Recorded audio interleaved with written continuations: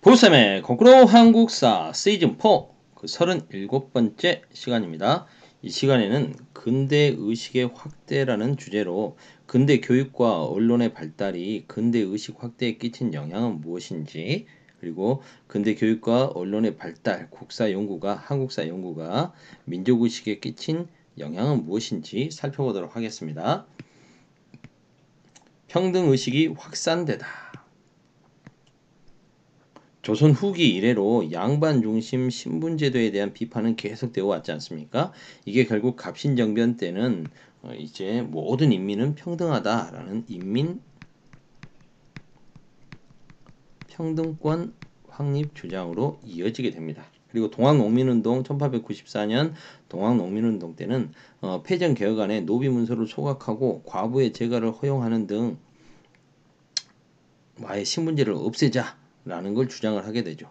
이러한 주장들이 결국 갑오개혁에 반영되어서 갑오개혁 때 신분제도가 폐지됩니다.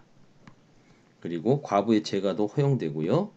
연좌제와 조언도 폐지됩니다. 비인권적인 분야들이 없어진다는 거죠.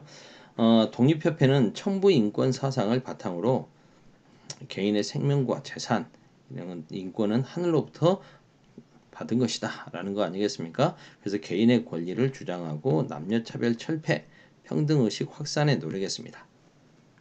독립협회가 했던 자주국권, 자유민권, 바로 이 운동들은 자유민권 운동에 해당이 되는 거죠. 이제 개항 이후에 여학교 여성들도 이제 교육을 받아서 성장을 해야 된다. 남녀 차별 철폐하라. 여성들도 성장해야 된다. 이런 것들을 주장하면서 서울에서 한성에서 여성들이 여성 교육의 중요성을 강조하면서 여권 통문이라는 걸 발표하게 됩니다.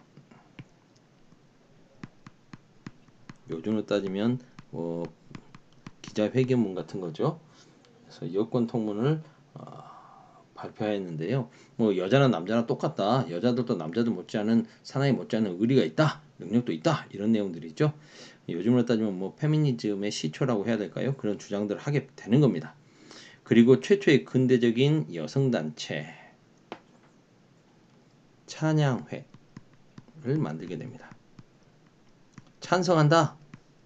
성장하는 것을 찬성한다. 여자들도 그러니까 제대로 길러줘야 된다. 길을 양자니까요. 길러져야 된다는 거죠.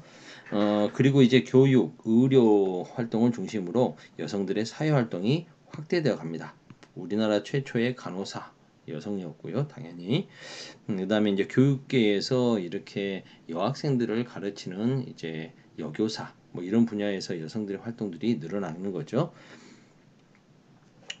그리고 이제 국채 보상 운동 이러한 사람들이 이제 깨어 있는 여성들은 국채 보상 운동에도 열심히 참여합니다.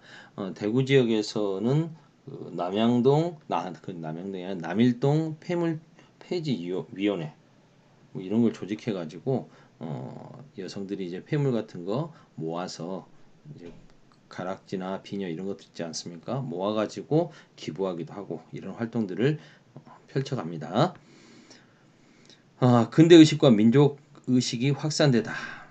근대적인 학교 설립. 우리나라 최초의 근대적인 학교는 덕원부 원산에 세워졌던 원산학사라고 합니다. 이건 재밌는 게 그 지역의 그 상인들과 민관과 관이 손을 잡고 민관 합작으로 만들었고 서양식인 근대 교육만 가르친 게 아니라 무술도 가르쳤던 문무를 다 가르쳤던 학교. 우리 힘으로 만들어진 근대식 최초의 학교다. 그리고 이제 나라에서도 동문학, 유경공원 등을 설립해서 외국어도 배우게 하고 그리고 그 영재 그 귀족 자제들, 양반 자제들의 외국어라든가 근대 교육을 시키기도 했던 거죠. 외국인 선교사들이 선교 목적으로 학교들을 많이 세우지 않습니까? 배제학당, 이화학당과 같은 선교사들이 세운 사립학교들도 만들어지고요. 미션 스쿨이라고 우리가 많이 하지 않습니까?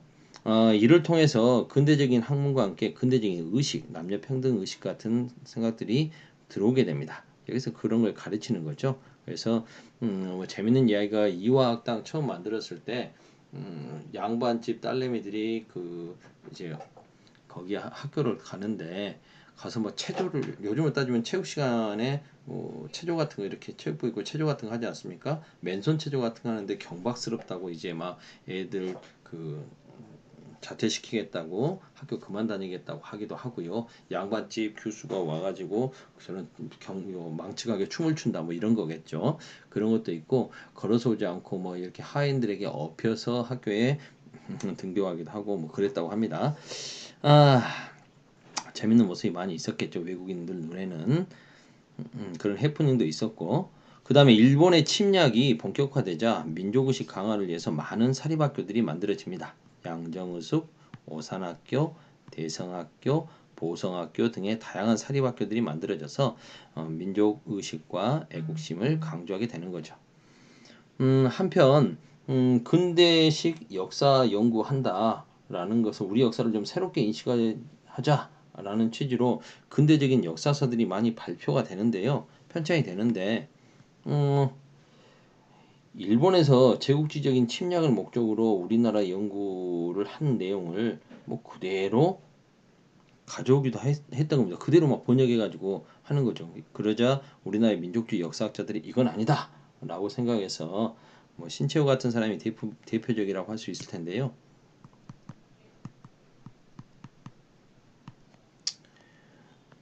우리 민족사를 중심으로 우리 역사를 체계적으로 정리할 필요가 있겠다라고 해서 우리나라 역사에 대한 관심과 역사서 편찬이 이어집니다. 신채호의 독사실론이 대표적인 책이죠. 신문을 통해서 세상을 보는 새로운 눈이 되다. 신문이 세상을 보는 새로운 눈이 되었다. 정부는 처음에 개화 정책을 널리 알리고 소개할 목적으로 우리나라 최초의 신문인 한성 순보를 발행합니다. 순보, 이 순자가 열흘 순자입니다. 그래서 이건 10일 간격으로 발행되는 거죠. 여러분들이 그 뭐 3월 초순, 중순, 하순 뭐 이러지 않습니까? 매일매일 나오면 일간신문이죠. 일보, 동아일보, 중앙일보 뭐 이런 거 있지 않습니까? 그 다음에 일주일 단위로 나오면 주간지죠. 그 다음에 열흘 단위로 나오면 열흘 순보, 월 단위로 나오면 월보 또는 뭐 월간지가 되지 않겠습니까? 그 다음에 요 분기별로 한 번씩 나오면 계절에 한 번씩 나오는 거니까 개간지 뭐 이렇게 되는 거겠죠. 그래서 정부의 개화 정책을 소개할 목적으로 한성 순보가 나왔었고요. 그 뒤에 이제 뭐 다 아시는 독립신문, 최초의 민간 발행신문, 대중 계몽 활동을 했다. 그리고 우리가 꼭 기억해야 될 신문, 영국인 베델, 영국 사람의 지위를 이용해서 영일 동맹 때문에 일본이 어떻게 하지 못한다는 걸 적극 활용해서 일본에 저항하는 신문, 저항하는 그런 논조의 기사를 많이 실어주죠. 의경 활동에 대해서도 굉장히 호의적으로 보도하고 국제 보수화 운동을 전국적으로 확산하는 데도 크게 기여했던 나왔죠.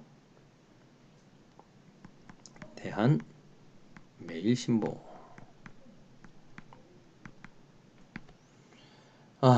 이 대한매일신보에 그 박은식이라든가 신채호 같은 역사학자들이 여기 논설위원으로 활동하면서 일본의 친일 행위를 신랄하게 비판했습니다.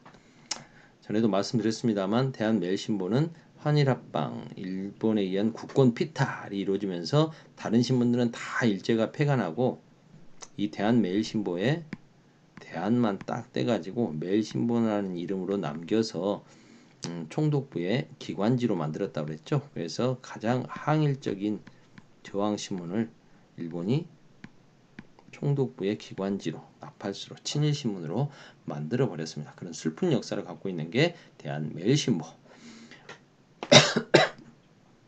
그 이외에도 국한문 혼용체로 주로 양반들이 많이 읽었다고 하는 황성신문도 있었고요. 장지연의 시리아 방송대국으로 유명하지 않습니까? 그 다음에 순한글 신문으로 써졌던 제국신문. 그래서 이 제국신문은 순한글로 돼 있다 보니까 여성들이 많이 읽었다고 해요. 그러면 아까 최초의 근대적 여성운동 단체 뭐였습니까? 그렇죠. 여기 있죠. 찬양회. 이 찬양회에 대해서도 이 제국신문은 굉장히 호의적인 기사를 많이 실어주고 자신들이 찬양회의 기간지가 되겠다 뭐 이런 식으로 뭐 밝히는 등 굉장히 적극적인 모습을 보였습니다. 이런 신문들은 당시 이렇게 애국심을 고취한다거나 대중 계몽운동에 앞장을 섰죠. 야, 10분 만에 끝나니까 좋네요.